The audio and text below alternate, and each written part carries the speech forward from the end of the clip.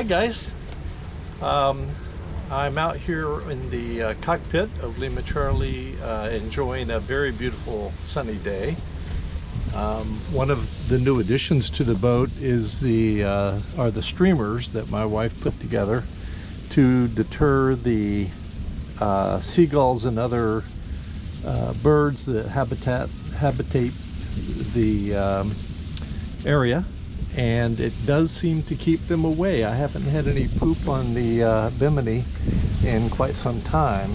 So if anybody has a boat and you have a bird poop problem, this might be a good suggestion. That's just a strap there, expandable strap with them actually sewn to the strap so that they don't move back and forth. And anyway, they seem to be pretty effective. What I'm up to today is getting ready to paint the non-skid area of the coaming on the starboard side of the boat, and it's going to end up looking like this. So I'm excited about that and looking forward to getting that done. And if you'll notice, there's 5 holes here. And the reason that there's 5 holes there is that those were the screws that were holding down the winch. Now, I didn't take the cover off the winch over here, but I'll show you what we're talking about here.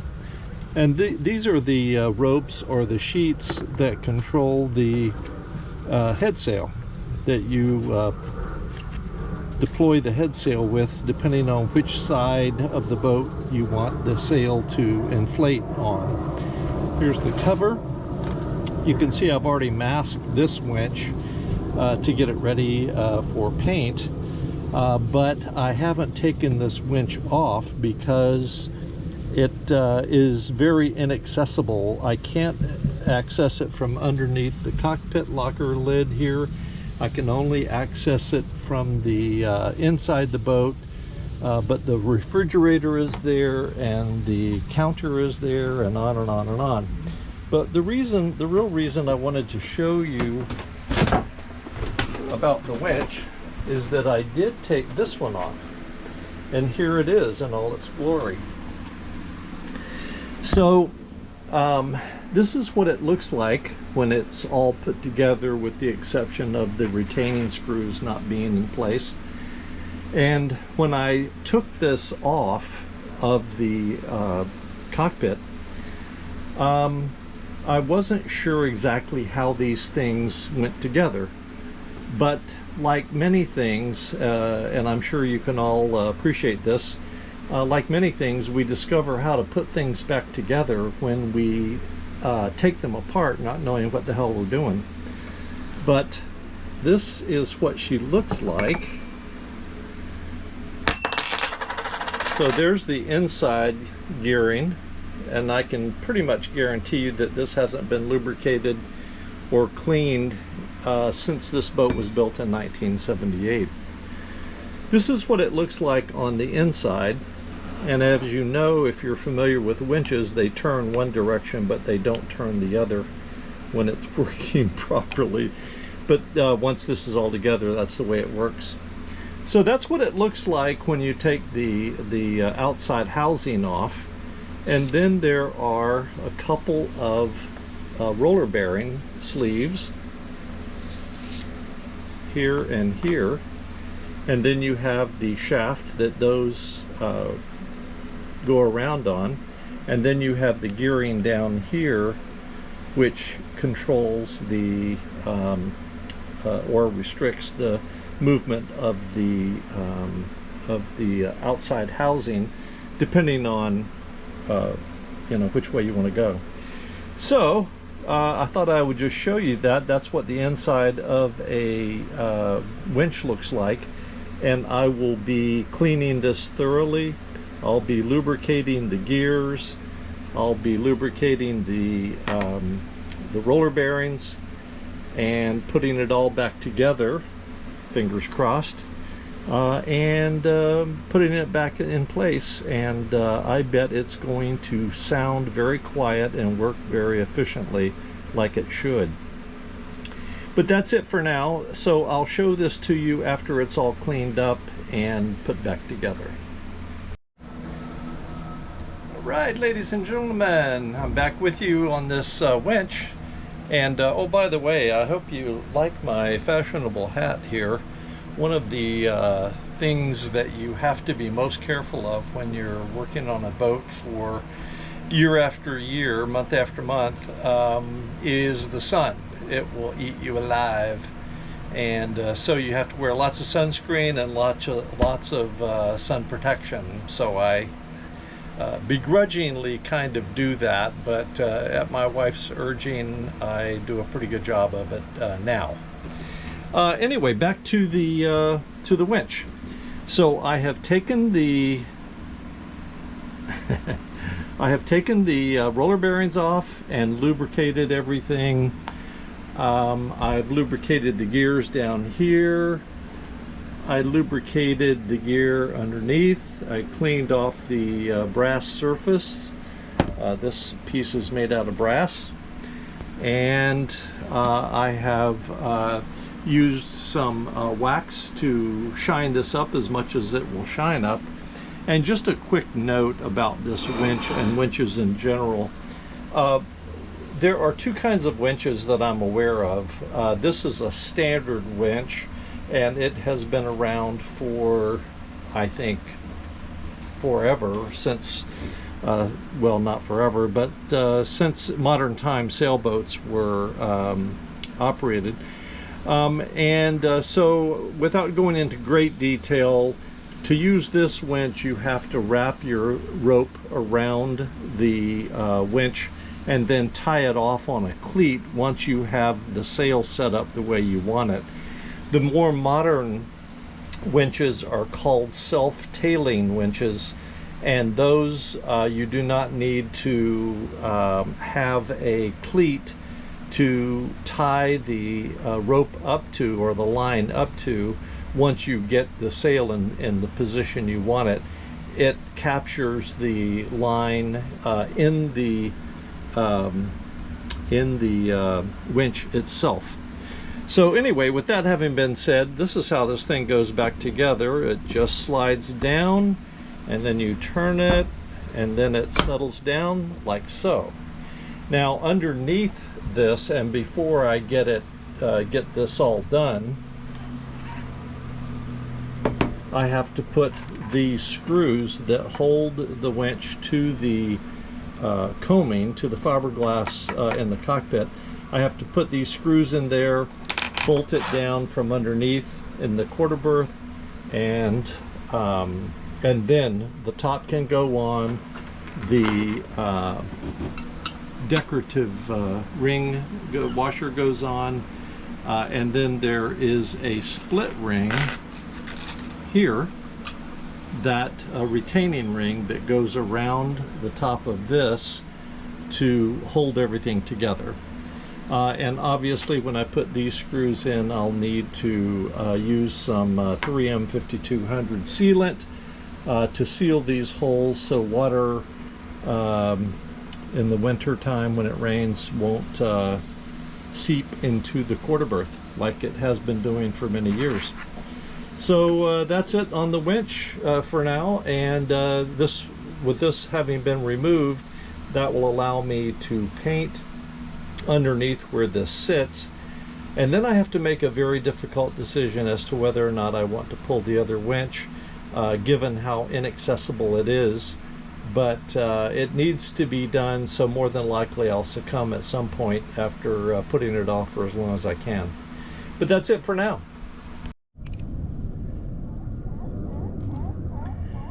So here we are in the final throes of this bow project and rebedding.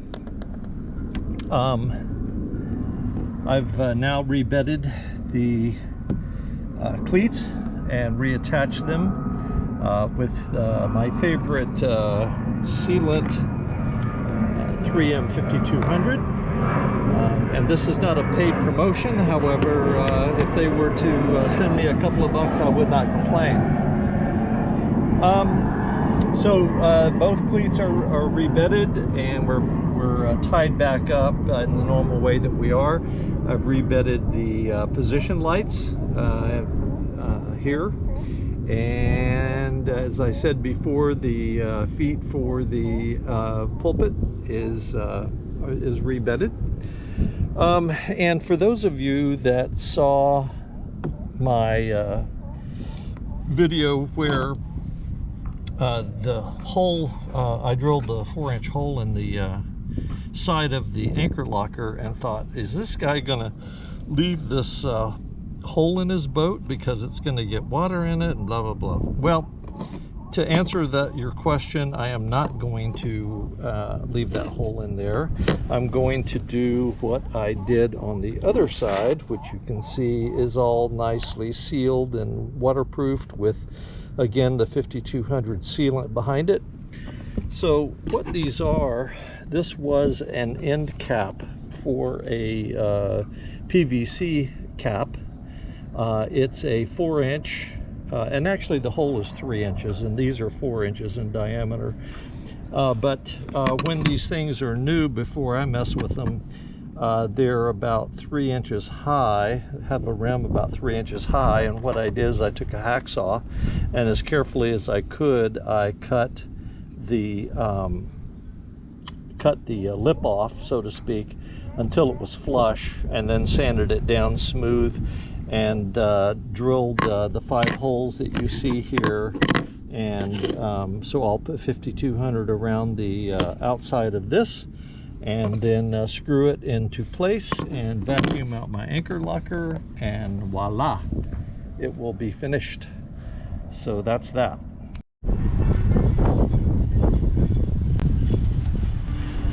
All right, folks, today is kind of a big day for me because I am going to be presenting the boat as it stands right now, with all of the progress I've made over about the last year and 2 or 3 months. And I thought I would not only show you what I've accomplished, but also some things that I still need to do. Start with up here at the bow. You might be able to tell from the white back here to the what's called oyster white here. I have painted the bow here and the anchor locker, and I have sealed the tow rail in this area where it was leaking last winter during the rainy season. We went out and anchored the boat last weekend, and that was a success. It was a challenge, but it was a success. Everything that you see here that goes into the deck has been taken off and resealed and put back together. My biggest accomplishment and what I am most proud of is the cockpit. And so let's go inside and I'll show you what that looks like. So this is now 99.9% painted. I was going to wait till it was 100% to shoot this video, but it's been a long time since I posted a video, so I thought I would go ahead and do it now. The only thing that is not painted is this collar right here that goes around the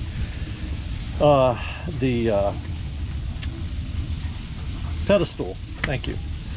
But anyway, everything else is painted on the inside of the cockpit. I still have to do the sides, port and starboard sides of the cockpit, but the inside is done.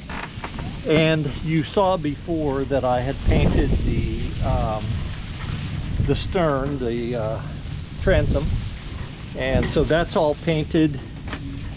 And so the only thing that needs to be painted now regarding the cockpit area is this outside where you can see all of the filler that still needs to be sanded. The instrument panel here is in great shape. It's looking pretty darn good. Everything's working fantastic. The pedestal, the wheel, the gas, the transmission, everything is working great. You can see the compass there. But I'm just so happy and so pleased to have this cockpit painted. It is not by any means a professional job. There's a lot of runs, hits, and errors, but it is certainly to my satisfaction, and it looks one heck of a lot better than what it used to. So let's go inside and I'll show you what we've done here. Some of this I may have already talked about in previous videos, but we'll go over it again.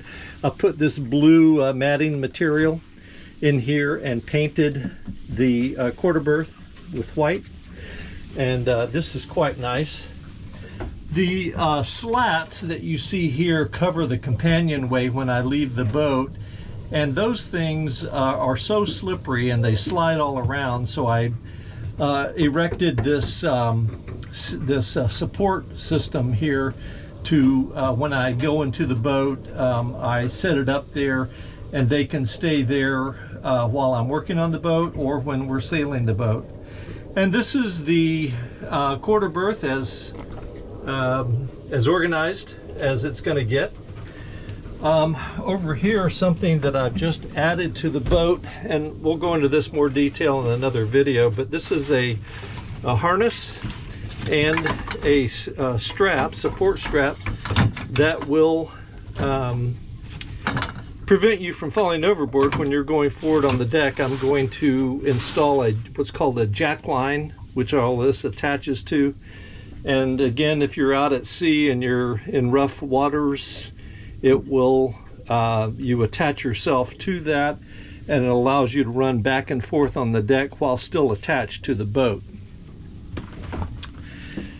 The galley area is much the same as you saw before. I've put in the drawers here, which look real good.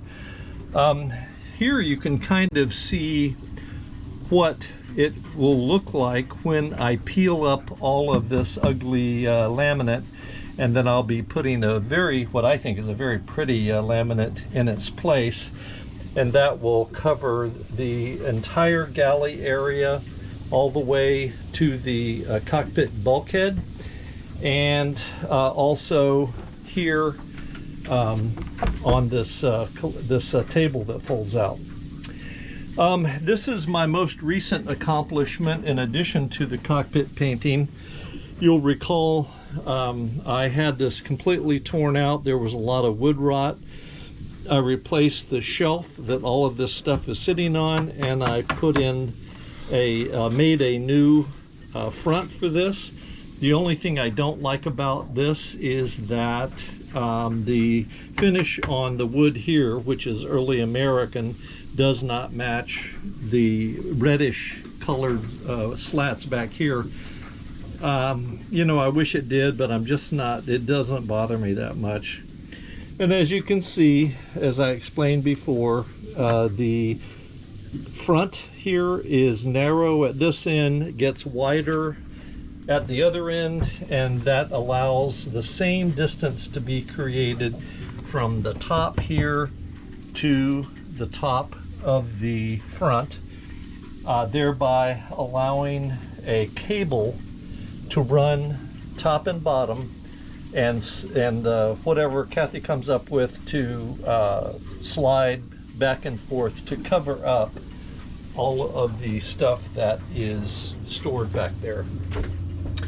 This area over here has not been done, and it will be done, but at some point in time in the future. The only thing that is going to happen anytime soon is a dividing wall that goes right in here, and that will allow a attach point for the cable ends, top and bottom, here and here. When we get underway and go boating, all of this goes out into the cockpit. This is where I keep it when we're not boating. These are our automatically inflated PFDs that we put on when we go out into the ocean.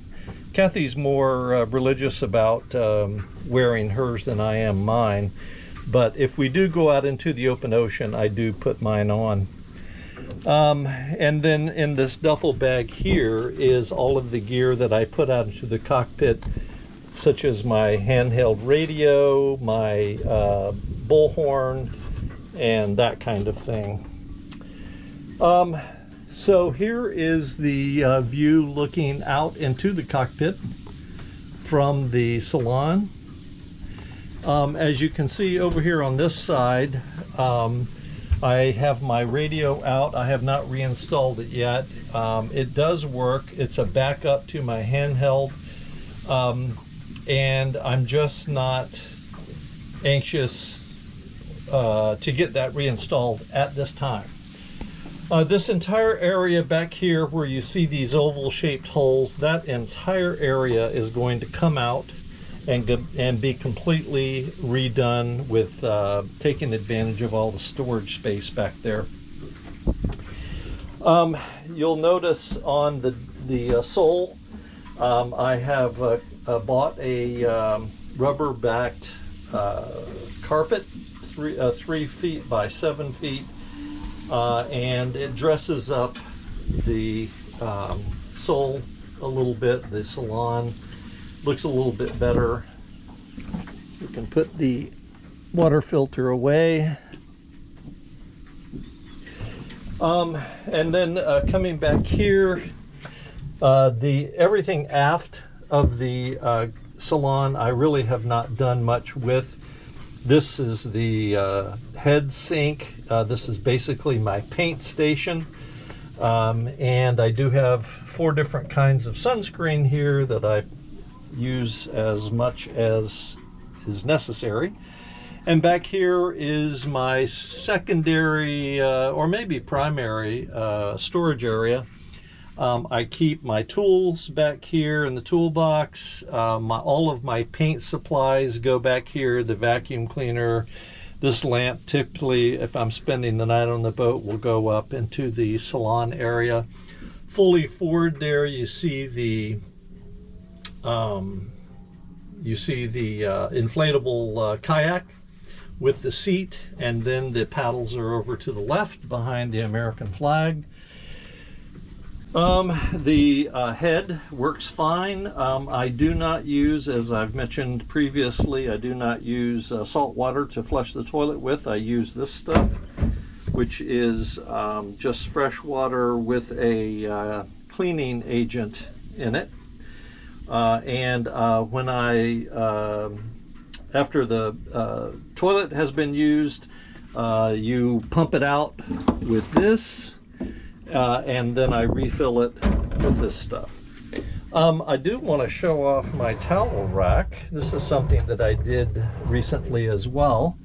So it kind of dresses up this wall, and if you know, we take the kayak out or something like that and get wet, we got the towel there to use, so that helps a little bit. Got my mirror up here, and that's about it. So that's a tour of things on the boat. There is one more thing I want to point out, and as you know, if you watch my videos, I tend to inform my viewers of product that I use, that I like, and that works well. I was very skeptical about this product. It's Minwax Stainable Wood Filler. So when I took the trim, the molding, off this side of the countertop, I was not careful, and when I took it off, some of the top portion of this wood here peeled away, and I was very upset that I had been so stupid not to cut the bottom of that trim so that it wouldn't take additional product with it. But anyway, it did, and so I bought this stuff, and I applied it here. As you can see, it says to put it on a little bit heavier than the area where you need to fill so that you can sand it down smooth. You can see these areas here where I have not sanded yet. this area here, which you might be able to see, it's a little, not quite as shiny as this area down here. This was after the sanding and after I put a stain on it. And I was frankly flabbergasted that it filled as well as it did, and that after sanding and putting the stain on, that it looked like this. It's not 100% perfect, but boy, it is so much better than what I anticipated. So in the coming days, I'll be sanding all these down smooth and doing the same thing, and I'll probably put another application of stain there. But I'm very pleased with the way that worked. Like I said, I was skeptical. So that's it here from Lima Charlie. I appreciate you guys watching my videos and staying with me. I appreciate any comments that you might have, positive or constructive criticism is always welcome as well. So I hope everyone's doing well, and we will talk to you soon. Bye-bye.